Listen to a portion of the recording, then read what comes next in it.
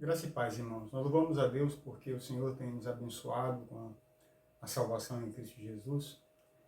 E essa salvação nos dá também uma posição.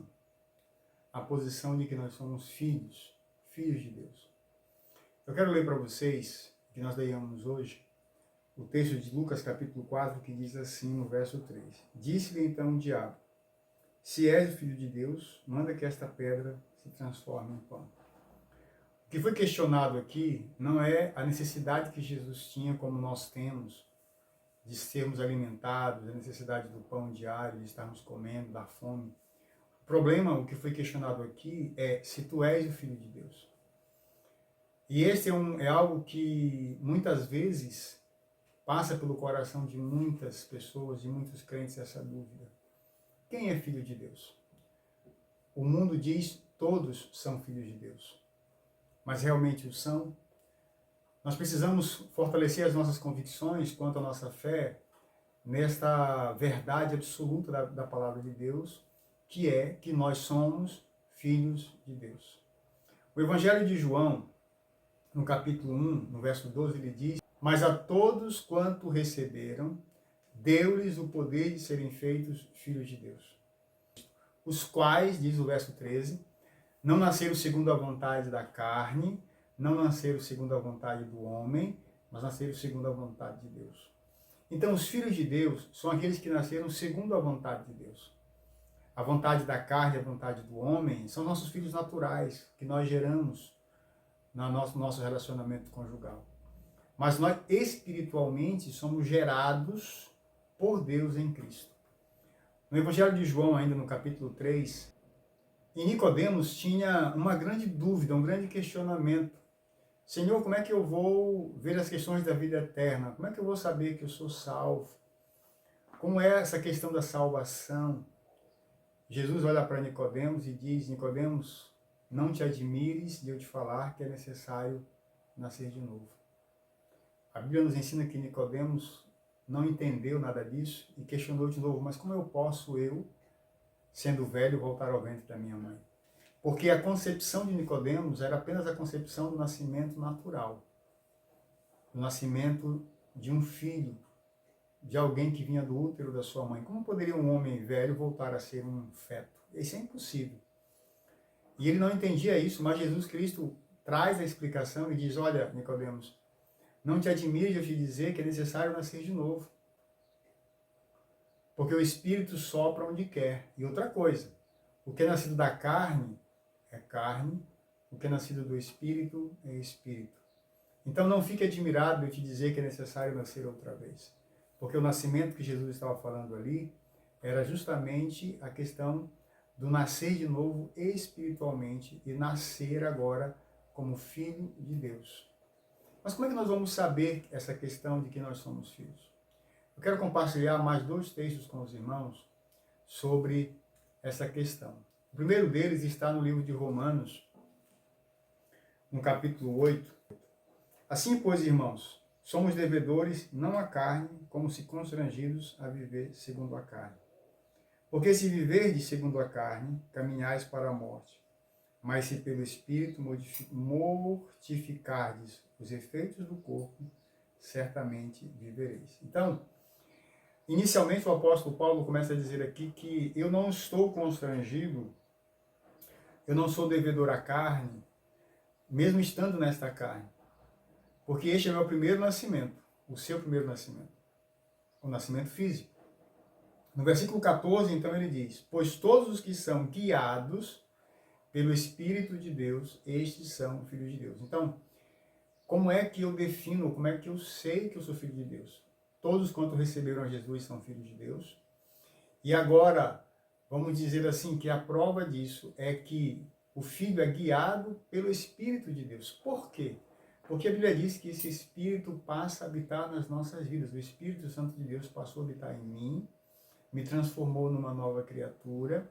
Portanto, aquele que está em Cristo, nova criatura é. As coisas antigas da carne, do primeiro nascimento já passaram, tudo se faz novo agora, porque eu confessei a Jesus como meu único e suficiente Salvador. E eu sou orientado, guiado, levado por esse Espírito. o Senhor agiu em nossa vida e nos deu a posição de filhos. Nós hoje somos filhos de Deus. Coloque isso no seu coração, esta convicção. Deixe o Espírito Santo guiar a sua vida. E aí diz então, o versículo seguinte, o 16 do capítulo 8 de Romanos, que o próprio Espírito, o Espírito Santo de Deus, testifica com o nosso espírito, o nosso fôlego de vida, de que nós somos filhos de Deus. Então, há uma afirmação aqui. O Espírito Santo de Deus, ele me traz convicções de que eu sou filho de Deus. A mudança de vida e a mudança na vida que Deus provoca em nós através do seu Espírito Santo. Mas ele diz mais ainda no versículo 17 do capítulo 8 de Romanos, para a gente encerrar o capítulo 8, diz, ora, se somos filhos, somos também herdeiros, herdeiros de Deus e co-herdeiros com Cristo. Se com ele sofremos, também com ele seremos glorificados.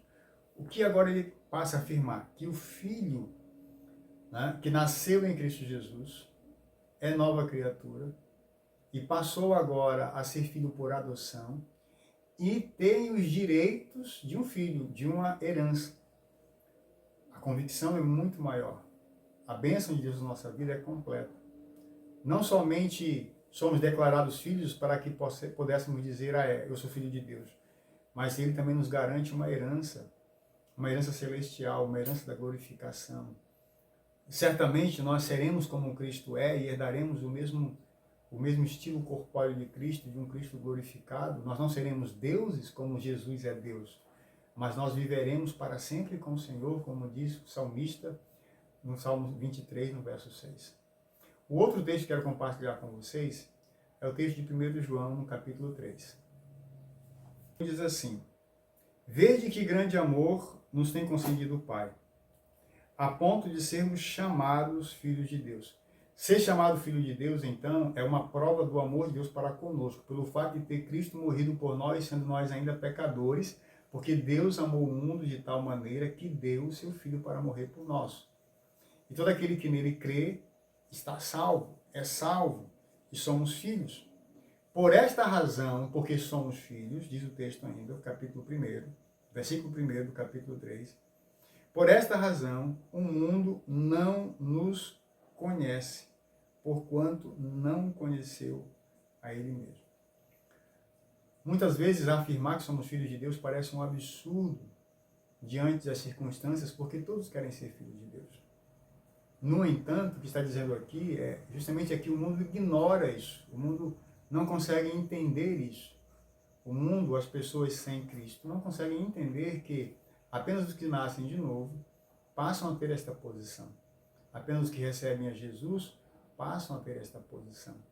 E o mundo, então, acaba nos tratando, né, ou nos renunciando, nos recusando, e não olhando para a igreja, e não aceitando a posição que a igreja declara que tem.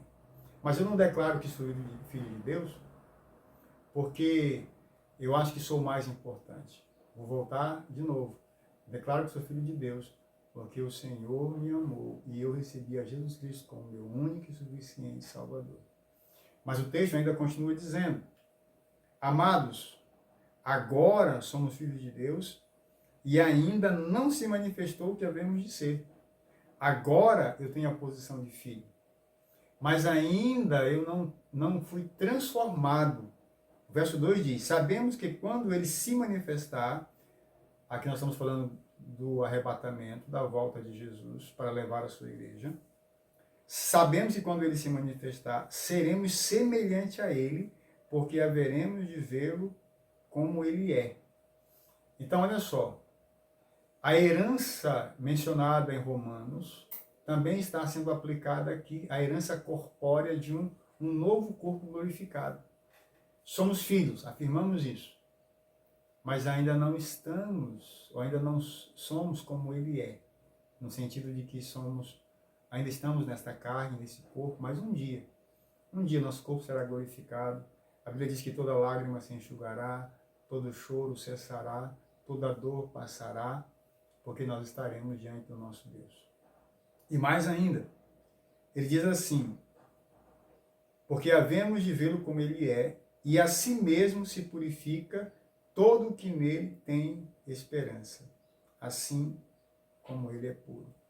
Agora nós entendemos também a última parte desse quesito, porque somos filhos de Deus. Os filhos vivem como filhos.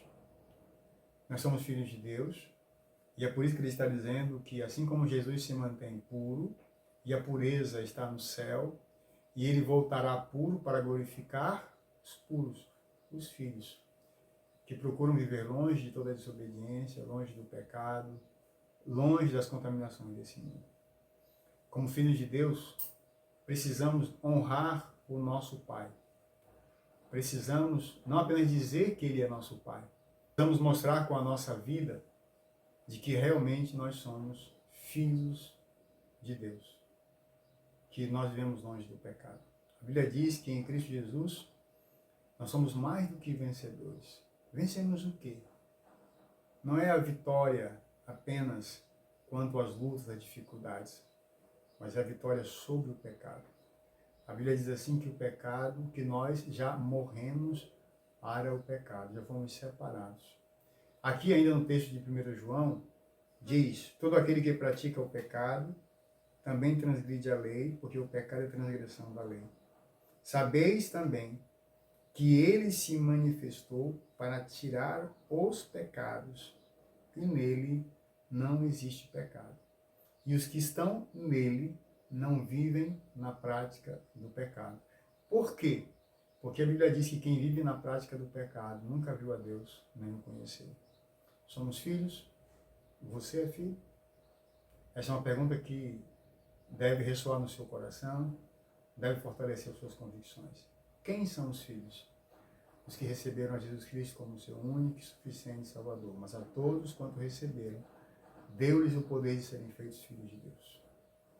Aqueles que vivem guiados pelo Espírito de Deus, que são guiados pelo Espírito de Deus. E aqueles que entendem e se fortalecem nessa fé e entendem que, como filhos, precisam viver honrando esse Pai que tem, o Deus Todo-Poderoso, Criador dos céus e da terra. Que o Senhor nos abençoe e que vivamos como verdadeiros filhos para a glória de Deus Pai.